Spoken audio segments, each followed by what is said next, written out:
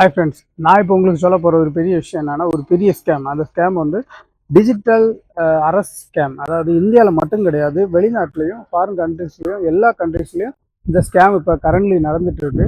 அது எப்படின்னா, உங்களை டார்கெட் பண்ணுறது ஒரு இந்தியாவில். நான் எக்ஸாம்பிள் சொல்கிறேன்.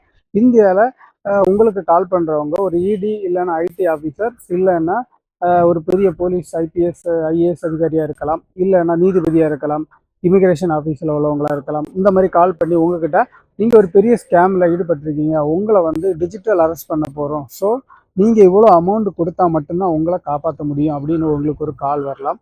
இல்லைன்னா இமெயில் வரலாம். இமெயில் கூட அவங்க வந்து கவர்மெண்டோட லோகோ எல்லாம் கரெக்டாக அதில் மென்ஷன் பண்ணியிருப்பாங்க. பார்க்கும்போது உங்களுக்கு டவுட்டே வராது. அந்த அளவு அவங்க வந்து பெர்ஃபெக்டாக எல்லாமே பண்ணுவாங்க. ஸோ இந்த மாதிரி ஏதாவது வந்துச்சுன்னா கொஞ்சம் கேர்ஃபுல்லாக இருங்க. அது மட்டும் கிடையாது, உங்ககிட்ட இருந்து இவ்வளோ அமௌண்ட்டு சென்ட் பண்ணால் மட்டும்தான் உங்களை டிஜிட்டல் அரெஸ்ட்லேருந்து காப்பாற்ற முடியும்னு சொல்லிட்டு உங்களுக்கு வந்து இது பண்ணுவாங்க. ஒரு கால் முடிஞ்சது, திரும்ப ஒரு கால் வந்து போலீஸ் டிபார்ட்மெண்ட்ல இருந்து கால் வர்றது போல் ஃபேக்காக எல்லாமே செட் பண்ணி வச்சு உங்களை கூப்பிடுவாங்க. கூப்பிட்டு தான் எல்லாமே உங்களை ஸ்கேம் வந்து ஈஸியாக உங்களை ஏமாத்துறதுக்கு தான் பார்ப்பாங்க. ஸோ அந்த மாதிரி ஏதாவது வந்துச்சுன்னா காசு அனுப்புறது கூட சொல்லுவாங்க. எப்படின்னா ஜிபே, ஃபோன்பே இந்த மாதிரி, இல்லைன்னா கிரிப்டோ கரன்சியில் காசு கொடுங்க அப்படின்னு சொல்லுவாங்க. So be careful. இந்தியாலையும் கரண்ட்லி நிறைய நடந்துட்டு இருக்கு. அது மட்டும் கிடையாது, ஒரே போலீஸ் ஆஃபீஸருக்கே கால் பண்ணி நாங்கள் உங்களை டிஜிட்டல் அரெஸ்ட் பண்ண போகிறோம்னு சொல்லிட்டு போலீஸ் ஈரோடையில் இருந்துட்டு ஏமாற்ற ட்ரை பண்ணியிருக்காங்க. அதே இந்தியாவில் நடந்திருக்கு. அது மட்டும் கிடையாது, இப்போ கரண்ட்லி யூஎஸில் நடந்தது. அதாவது இந்தியாவில் உள்ள ஒரு ஸ்டூடெண்ட் வந்து அங்கே போய் படிச்சுட்டு இருக்காங்க. 2022 இருந்து F1 விசா யூஸ் பண்ணி படிச்சுட்டு இருக்காங்க. அவங்களுக்கு ஒரு கால் வருது. அதாவது காலில் வந்து, நான் வந்து இமிக்ரேஷன் ஆஃபீஸ்லேருந்து பேசுகிறேன், நீங்கள் வந்து யூஎஸ் லாவை வந்து பிரேக் பண்ணிட்டீங்க, ஸோ உங்களை வந்து டிஜிட்டல் அரெஸ்ட் பண்ண போகிறோம் அப்படின்னு சொல்லிட்டு கால் பண்ணுறாங்க. அதாவது டிஜிட்டல் அரெஸ்ட் பண்ண போகிறோம் அப்படின்னு சொல்லிட்டு இவங்களும் பயந்து என்ன பண்ணுறோன்னே தெரியாமல் சுச்சுவேஷன். ஏன்னா யூஎஸில் வேறு வேறு சுச்சுவேஷன் இப்போ போயிட்டுருக்கு, விசா சுச்சுவேஷன்ஸ் வேறு மாதிரி இருக்குது. ஸோ இதை யூஸ் பண்ணி தான் அவங்க வந்து இந்த ஸ்கேமை வந்து நடத்துகிறாங்க.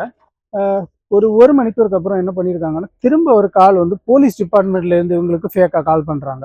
ஃபேக் கால். அந்த காலும் வந்து என்ன சொல்கிறாங்கன்னா, உங்களை இப்போ அரெஸ்ட் பண்ண போகிறோம், இல்லைன்னா நீங்கள் வந்து $5,000 இந்திய மதிப்பில் 4 லட்சத்துக்கு மேலே இந்த அமௌண்ட்டை நீங்கள் கொடுத்தா மட்டும்தான் உங்களை வந்து டிஜிட்டல் அரெஸ்ட்லேருந்து காப்பாற்ற முடியும். இந்த அமௌண்ட் எப்படி கொடுக்கணும்னா, நீங்கள் வந்து கிஃப்ட் கார்ட்ஸ் இல்லைன்னா பாண்ட் அமௌண்ட்ஸ் இந்த மாதிரி கொடுக்க வேண்டியது இருக்கும் அப்படின்னு சொல்லி அவங்கள மிரட்டுறாங்க.